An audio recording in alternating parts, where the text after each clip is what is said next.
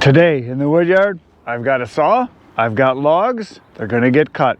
Here we go. Hi guys, my name is Chris. In case you're here for the first time, if you've been here before, thanks for coming back. We're gonna have fun today, just like every day. Yesterday I cut this whole pile up right here. It's about a half a truckload of maple, and all that is left is this little bit right here. I didn't finish it last night because I ran out of time. I'm gonna do it today, and I've got about 8 hours. It's about noon right now. I got all my work done in my other business this morning, so now I've got like a half a day that I can put into getting this cut up and then work on splitting this. So I've got till from noon to 8, yeah, it's about 8 hours, about a half a day. And I'm gonna be able to put the splitter right back over here, and I'm gonna split everything back in that corner because that's where it's gonna be stacked, right back in here. And then this area will open up and I can put some other wood in here as I get it. So that is the plan for today. So it's time to get cutting. Here we go. Okay, I just thought of something that I thought I'd mention might be interesting to some of you. My sequence of how I get ready to cut pretty much is the same all the time. And these are things I do because I want to keep doing this as long as possible, so I try to stay safe. Number one, I always wear steel toe boots. These are Keens. I have a couple other kinds too, but the Keens are what I wear most of the time. I like them, so I always wear steel toe boots, and those I put on obviously when I get ready. But then when I get to the wood yard and I'm getting ready to cut, the first thing I do is I put my earplugs in. I wear earplugs and I wear a helmet with muffs, but I put my earplugs in first because then what I do is I start my saw. Because from a cold start, it's really hard on a saw. It's really bad for it to just start it and start cutting wide open right away. So what I do is I put my earplugs in, start the saw. That's the second thing I do. And while the saw is sitting there idling and running, I put my chaps on. And I wear chaps all the time. Well, I shouldn't say all the time. Every once in a while, I'll do something real quick, but I really try to put them on all the time. And the reason I wear them is because I am a true believer that they will save you. I have hit my leg twice. Luckily, both times I had chaps on. When I say hit my leg, I mean with a running saw. And the chaps work. Let me tell you, both times I was cutting brush. I was down low on the ground and I was swinging back and forth, and I switched my grip and I came around the opposite way I usually do, and I had a real wide stance and I hit my leg. Both times right about in here on the right leg, and it hit me like if somebody punched me in the leg. That's how hard it hit. Stopped the saw instantly. And if I wouldn't have had chaps on, I just had jeans, for sure I would have had a very, very deep, long, wide cut in my leg both times. One time was worse than the other time. I mean, it felt like somebody actually punched me in the leg. That's how hard the saw hit me. So they work, use them. So I put my chaps on. Then the next thing I do is I put my helmet on, and I usually wear a hat because I sweat. It keeps the sweat from running my face. When it's really warm, I wear a bandana because I don't have any hair, so the sweat just runs down my face right into my eyes. So I like to wear a hat underneath the helmet so I have it sized to fit.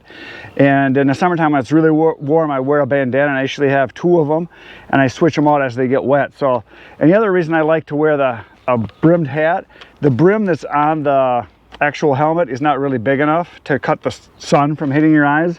So I have the size so it actually fits right over my hat. And then I put my muffs down. I don't wear glasses. I've tried wearing glasses lots of times, but they fog up so bad I can't see anything. And I talked to a friend of mine who's a safety guy, and he said all his guys that work too, a lot of times on really, really hot, humid days, they don't wear safety glasses when they're working because they can't see anything. Their eyes just fog right up because they're supposed to wear safety glasses all the time on the construction sites that he supervises. So put my helmet on, got my earmuffs put on, put my I click them down, make sure they're fitting good, and I do wear the earplugs and the muffs because these are very loud saws and I'm already hard of hearing because over the years I've gone a long time without wearing any ear protection when I was younger, and I do a lot of shooting, a lot of times without muffs, and my left ear is probably 30-40% hearing loss, and my right ear is probably 20-30%. I say huh a lot. My kids always are telling me that I'm an old man and I can't hear, and I can't. So I'm trying to protect what I've got left. So I wear the muffs, and then I wear the visor with the screen, and I push it down so I make sure it's covering nice and far. And then I always wear gloves when I'm cutting, just because it helps protect from vibrations in your hands. I actually like thicker gloves better, like especially in the wintertime when I'm cutting. Even in the summertime, sometimes I'll put thicker gloves on just to protect my hands.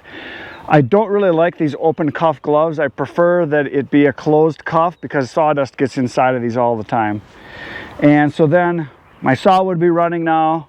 I already started it before, just so you know. I already did warm it up.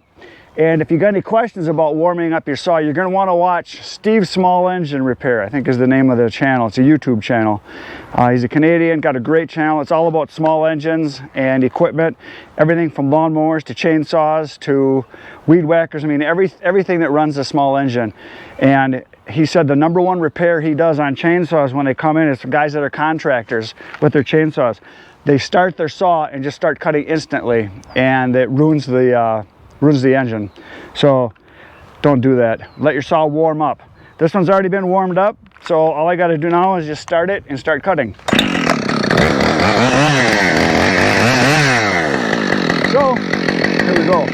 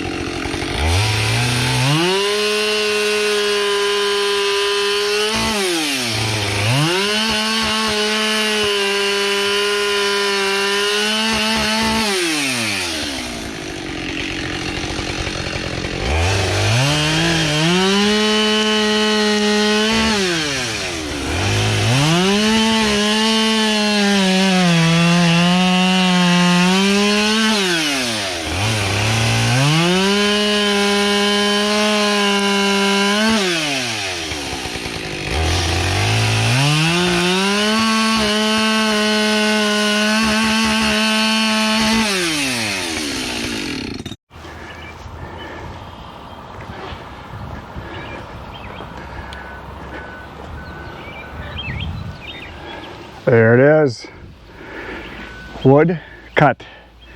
That is the second half of the truckload that was here. The first half is already cut, split, and stacked. So now I got this one all cut, and now I can get on to splitting.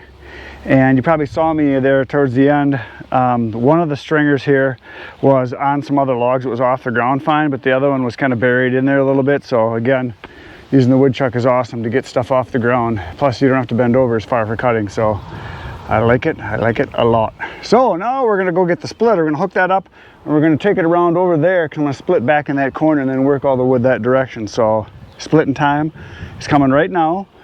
And I don't know what it is, but when I start a chainsaw, somebody turns the heat up every single time. I don't know what it is. It was actually pretty nice out.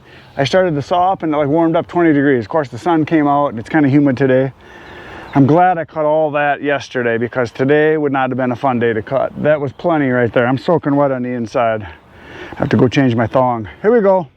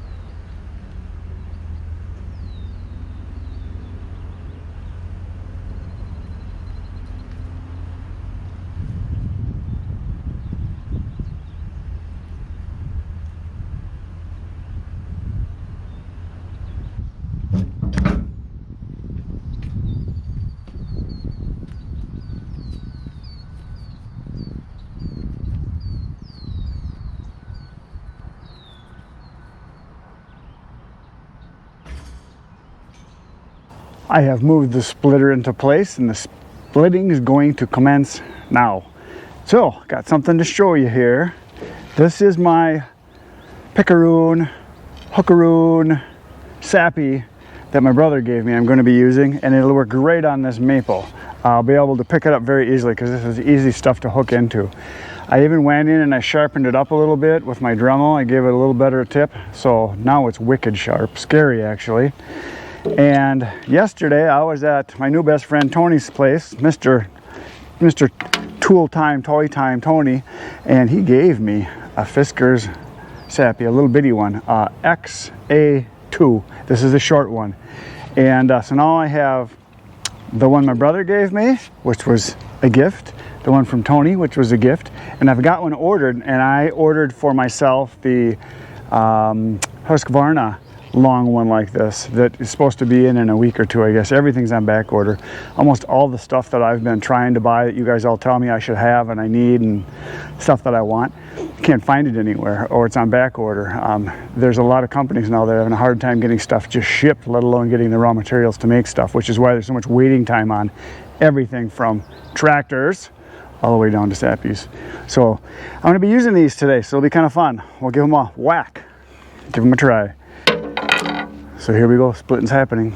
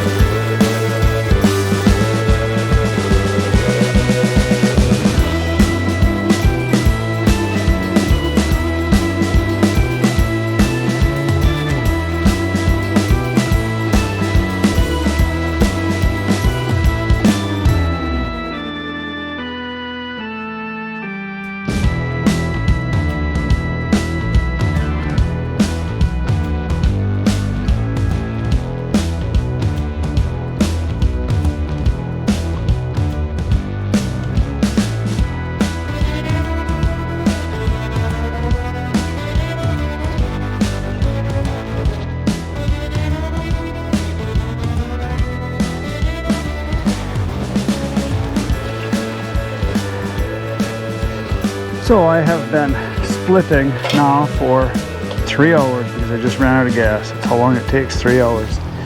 And I probably have about, maybe not quite 3 full cords. As I was splitting, I tried to use the Pickaroon, and yeah, you don't have to bend over as much. That is a fact. Your back doesn't get as tired, but it takes a lot longer, in my opinion, because when I go to a pile, especially if I got smaller stuff, I can pick 2 pieces up at once with my hands and throw them on the table, or throw one up on the table, grab another one. And with the Pickaroon, you gotta stab it, lift it, set it up there, and then you gotta free it. When you free it, sometimes you gotta wiggle it back and forth a bit, and because of that, it slows you down a lot. The little one was nice, but if you have something really hard, like I had a couple of pieces of oak in here, you can't hit it hard enough, and you get hand vibration. Actually, it hurts your hand with the little one, but I could see for reaching, it's nice. Now, what I do like the Pickaroon for, the bigger one especially, is when I want to reach across underneath or behind the splitter here. We're getting close.